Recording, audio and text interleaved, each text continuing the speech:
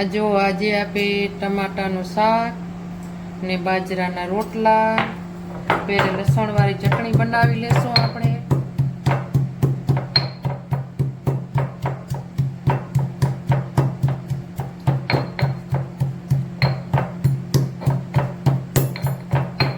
બની ગઈ છે. હવે ટમાટા સુધારી ને ટમાટાનું શાક બનાવશું ને ખીચડી ઓલરેડી બની ગઈ છે ને બાજરાના રોટલા ને ગરમ ગરમ ખાવાની બહુ મજા આવે, દેશી ખાવાનું.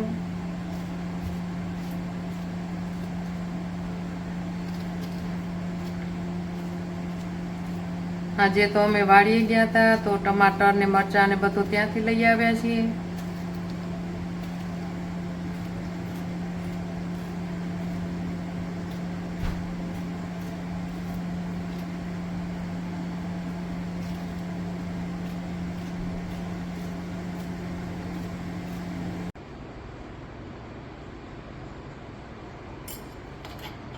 લસણવાળી ચટણી હવે આપણે એક વાટકીમાં કાઢી લેશું.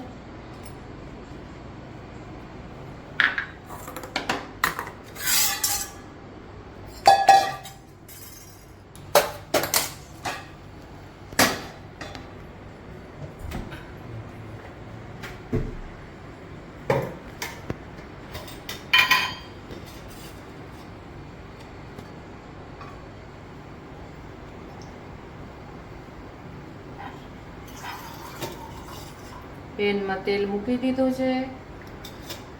તેલ ગરમ થાય આપણે વઘાર કરશું શાકનો. તેલ ગરમ થઈ ગયું છે એટલે આપણે એમાં રાઈ રાખશું.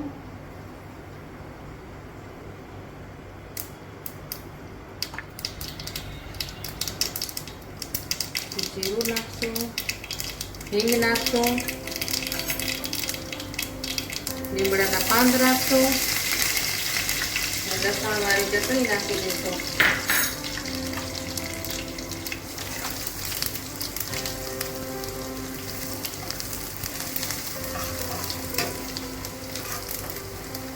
વઘાર થઈ ગયો છે એટલે આપણે ટમાટર નાખી દઈશું.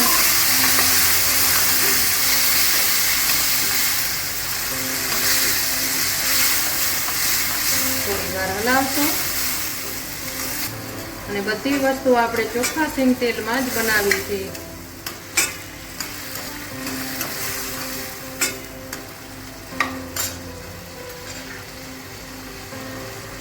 આ મિત્રો સેંધા નમક છે, કેમ કે અમે સેંધા નમક જ ખાઈએ છીએ, શરીર માટે સારું રહે છે.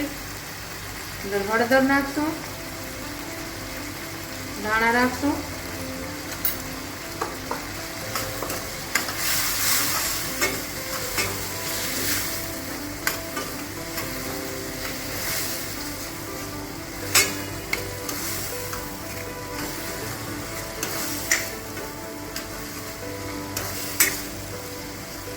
શાકનો કલર ખૂબ જ સરસ આવી ગયો છે.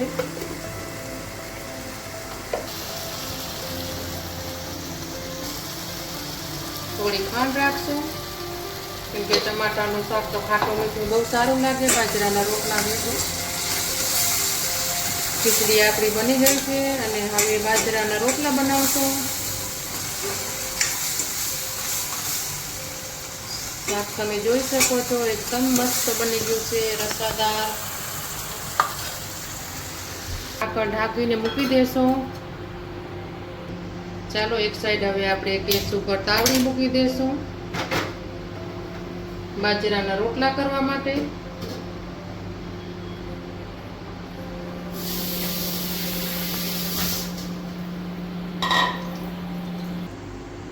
પાણી લઈ લીધું છે બાઉલમાં, એમાં આપણે મીઠું નાખશું.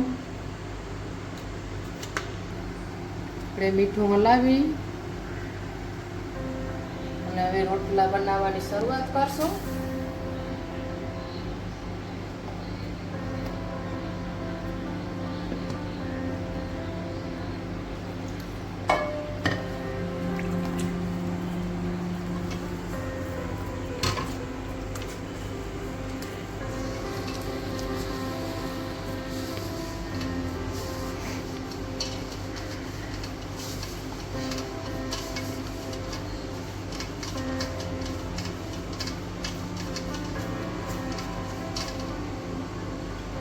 થોડું થોડું પાણી જરૂર મુજબ આપી લેતા જશું.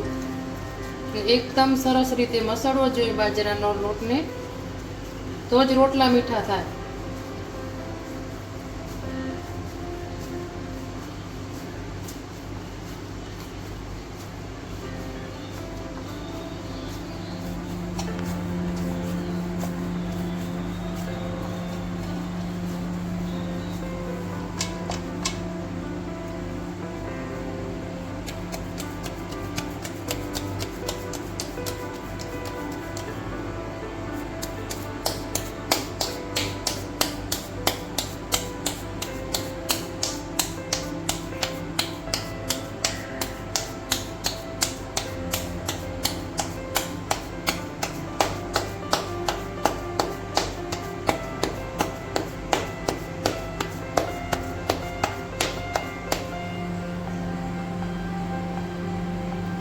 તાવડીમાં રાખી દેશું આપણે.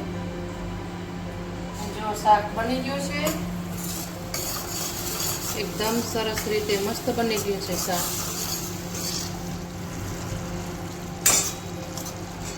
હવે આપણે ગેસ બંધ કરી દઈશું.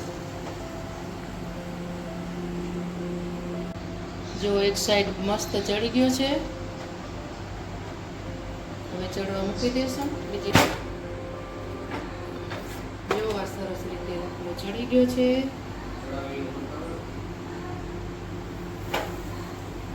હવે ગાયનું ઘી લગાવી દેશું ગરમ ગરમ રોટલામાં.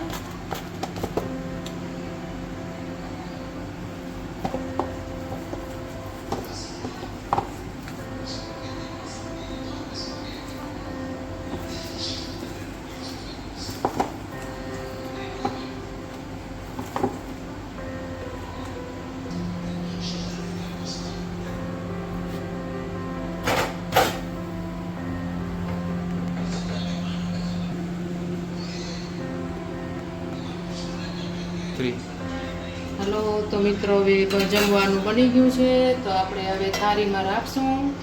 પટેલ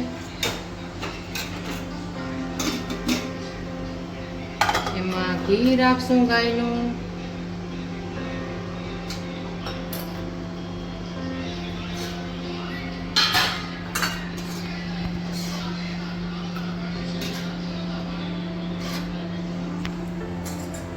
આ શાક છે ટમાટાનું, અને આ ઘરે બનાવેલું અથાણું છે, અને આ બાજરાના રોટલા. તો ચાલો જમવા. આપણે આવી ગઈ ઠંડી ઠંડી છાશ.